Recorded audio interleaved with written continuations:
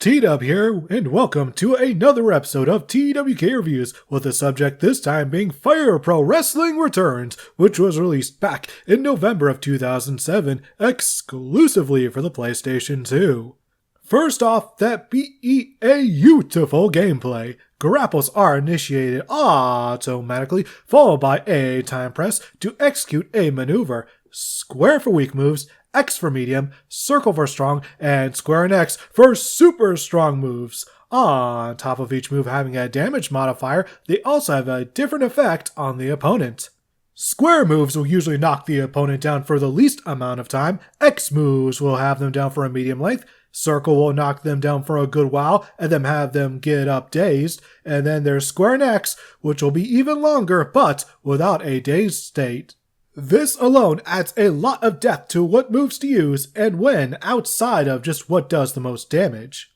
My favorite mechanic in the Fire Pro series though is the critical, which is an out of nowhere effect that does massive damage and 99 times out of 100 it's a match ender. In terms of match types, we of course have our regular rules matches which can be customized to your liking. Following that, we have a steel cage match, which is okay. The best thing about it is that you can leave the cage even if you don't have escape to win on, so it has that going for it. Following that, it's the good old barbed wire death match, wherein the ropes are replaced with exploding barbed wire. Just to add to the danger, there's a timer, and if it runs out before a fall can be reached, it goes off, and whichever wrestler has the lower health is basically KO'd by it.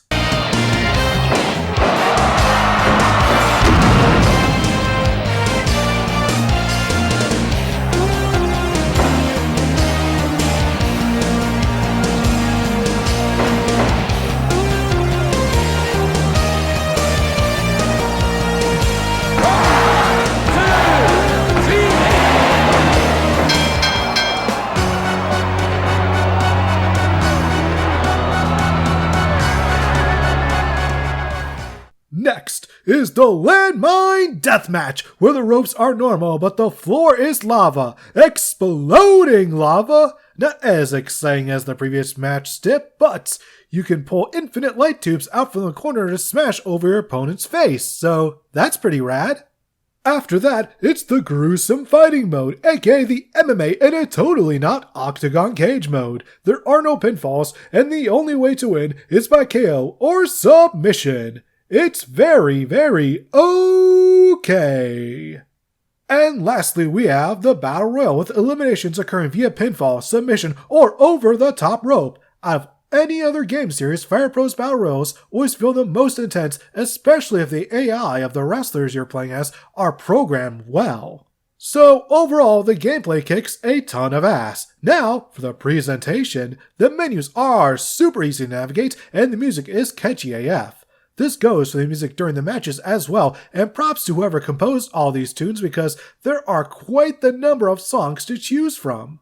The entrances are fine, I suppose, easily the weakest part of Fire Pro's game to be sure, outside of lacking single-player modes.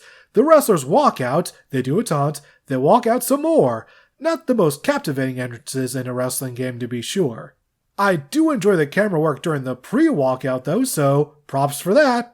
Now for the edit modes. Of course, Wrestler Edit will take up the bulk of your time, especially if you're interested in programming the AI. Just look at this list. It can be intimidating at first, but learning bit by bit can be really rewarding. It should be noted that H-Tech localized this game and screwed up a bit in this area. You see the labels yes and no? Those should be low and high respectively. Also on the wrestler menu, the term critical should actually be finisher, as not every wrestler has their critical set to their finishers. Some are exclusive to submissions or pinfalls, etc. That aside, this is still one of the most robust systems ever put into a wrestling video game. On top of that, there are various parameters and skills that can be tweaked which go beyond what most games were offering, especially back in 2007. I should also note that this save file from like a decade ago was made by a guy by the name of Lord Worm who, as you can see, is a huge Sting fan. Haven't heard from the guy in years, so I hope he's doing well and does not turn out to be a racist this whole time or something, cause oh boy, that would suck.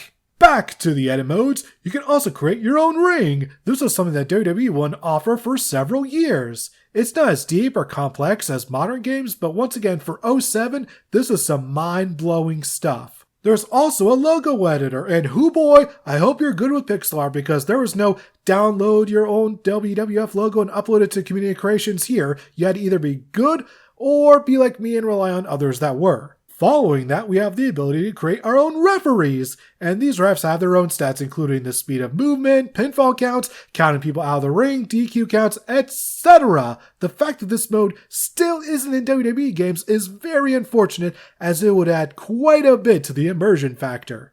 And lastly, we have a belt creator, and it's alright, I guess. There are plenty of options for the appearance of the belt, but it's just a shame that you'll never actually see it in the game itself. And that's Fire Pro Wrestling Returns. It's most certainly a game for the more hardcore audience than the casual fan, but I'd still recommend giving this game the good old go just to see if it's for you.